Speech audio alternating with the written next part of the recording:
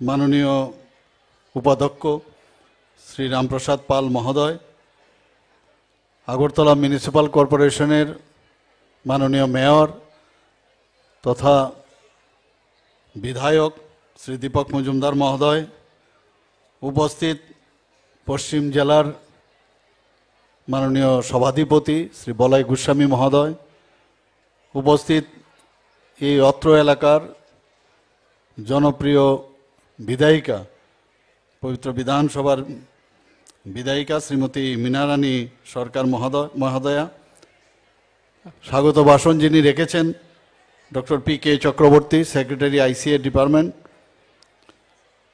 আমাদের মাঝে উপস্থিত আছেন vice chairman state level cultural advisory committee Shri Subrata Chakraborty মহোদয় এবং ডাইরেক্টর আইসিএ ডিপার্টমেন্টের শ্রী বিম্বেশ্বর ভট্টাচার্য মহোদয়।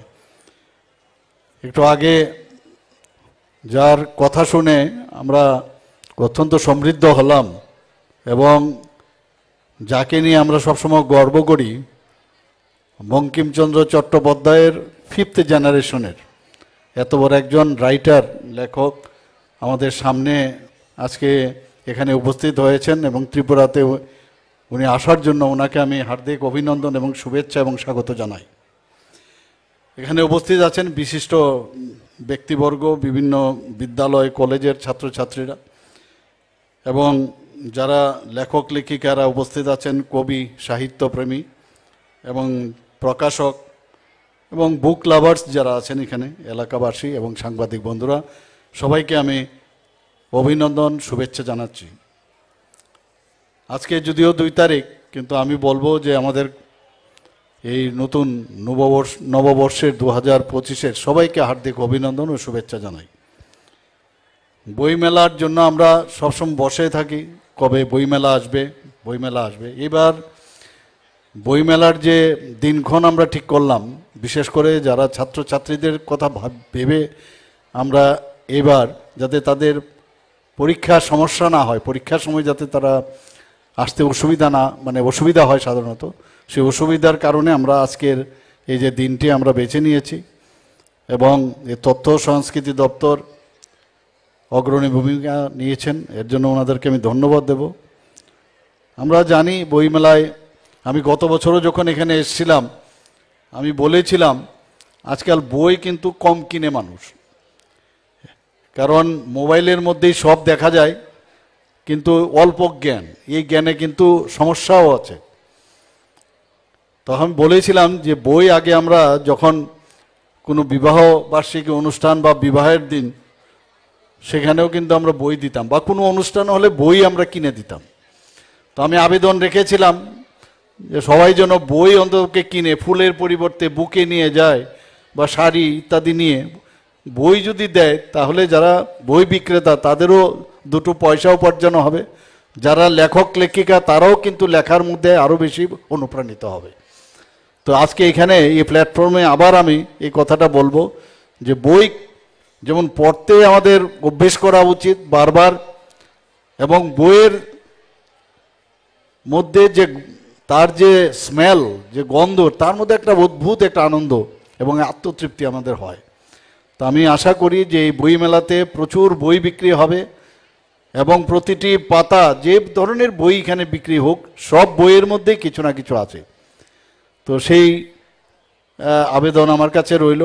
আমরা জানি যে বই আমাদের চেতনার যে সীমানা সেটা আমাদের বাড়ায় এবং সময় কিন্তু ফুরিয়ে যায়, সময় ফুরিয়ে যায়, কিন্তু বই কখনো ফুরায় না। বই সবসময় যারা লিখছেন এবং বর্তমান সময়ের যে নিড অফ দ্য আওয়ার্স, এবং যিনি লিখছেন সেই নিড অফ দ্য আওয়ারের উপর ভিত্তি করে উনি বইটা লিখছেন, এবং তাই এটাকে বলে সময়ের প্রতিধ্বনি।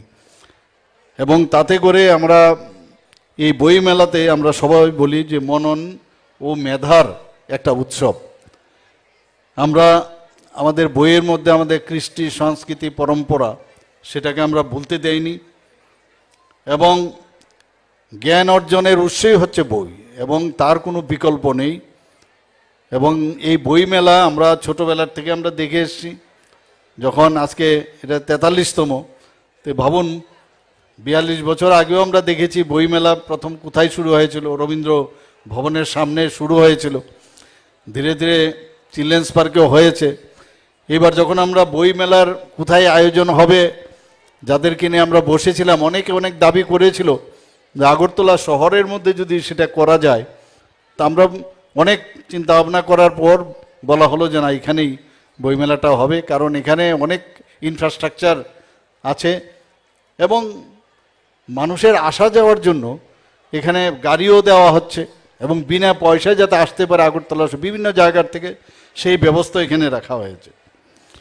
এবং আমাদের মানে উচিত যে যারা নেক্সট জেনারেশন তাদেরকে বই পড়ার প্রতি আকৃষ্ট করার, আমাদের গার্জিয়ানদের উচিত তাদেরকে যাতে বই পড়ে সেই ব্যবস্থাটা যেন করা হয়। এবং আমি আশা করি যে এইবারের যে বইমেলা সেটা একটা মানে আকর্ষণের একটা কেন্দ্রবিন্দু হবে এবং মেধা ও মননের যে সমৃদ্ধ এই আজকের এই বইমেলা সেটা হয়ে উঠুক, সেই আশা আমি করব। আমরা হাঁপানিয়া আন্তর্জাতিক মেলা প্রাঙ্গণে আজকে যত বছর জোরে আমি দেখছি যে বই বিক্রি হয়, প্রতি বছরেই কিন্তু বই বিক্রি করতে গিয়ে অনেক তার সংখ্যাও কিন্তু বাড়ছে। বাইরের থেকেও যারা বই বিক্রি করতে আসছে, প্রকাশকের সংখ্যাও কিন্তু বৃদ্ধি পাচ্ছে, বিক্রি যারা স্টল দিচ্ছে সেই স্টলের সংখ্যাও বাড়ছে।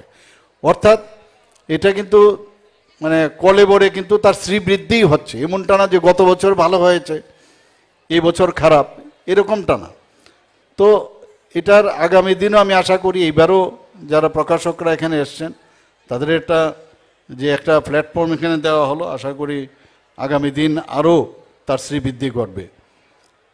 আমরা এই বইমেলাকে নিয়ে সবসময় আমরা গর্ববোধ করি ত্রিপুরাবাসী হয়ে, এবং শুধু আমার মনে হয় একমাত্র আমি ভারতবর্ষে না, পৃথিবীর কোথাও আমার জানা নেই যে সরকারি পৃষ্ঠপোষকতায় এই ধরনের বইমেলা কিন্তু অনুষ্ঠিত হয়। ভারতবর্ষে হয় কিনা আমি জানি না, মানে শুনিনি, পৃথিবীতেও কোথাও হয় কিনা আমার জানা নেই, একমাত্র ত্রিপুরাতেই আমরা এই তথ্য সংস্কৃতি দপ্তর অর্থাৎ আমাদের এই ত্রিপুরা গভর্নমেন্টের পৃষ্ঠপোষকতায় এই ধরনের একটা অনুষ্ঠান এখানে হয়ে থাকে। এবং আমরা জানি যে যারা গ্রন্থপ্রেমী ও জনশক্তি তাদের হচ্ছে মেইন, এদের সমন্বয় কিন্তু আমাদের যে এখানে আসা, তবে এই বইমেলার আকর্ষণ আরও বাড়বে এবং আমি আশা করি সেটা আগামী দিনেও তার বজায় থাকবে। আমি এখানে আজকে একটু আগে আমি যারা এখানে নৃত্য পরিবেশনা করলো, গানের সাথে বিভিন্ন থিমেরও এখানে দেখলাম যে থিম সংও ককবরক ভাষায় এবং বাংলা ভাষায় করা হলো। যারাই সুর দিয়েছেন, যারা এই ধরনের চিন্তা ভাবনা করে এটা করেছেন তাদেরকে আমি ধন্যবাদ দিতে চাই। এখানে এইবারের বইমেলার একটা থিম সুন্দর আমি দেখলাম, সেই থিমটা হচ্ছে সর্বেশাং শান্তির ভবতু, অর্থাৎ সকলের উপর শান্তি বর্ষিত হোক, বাংলাতে যদি বলি।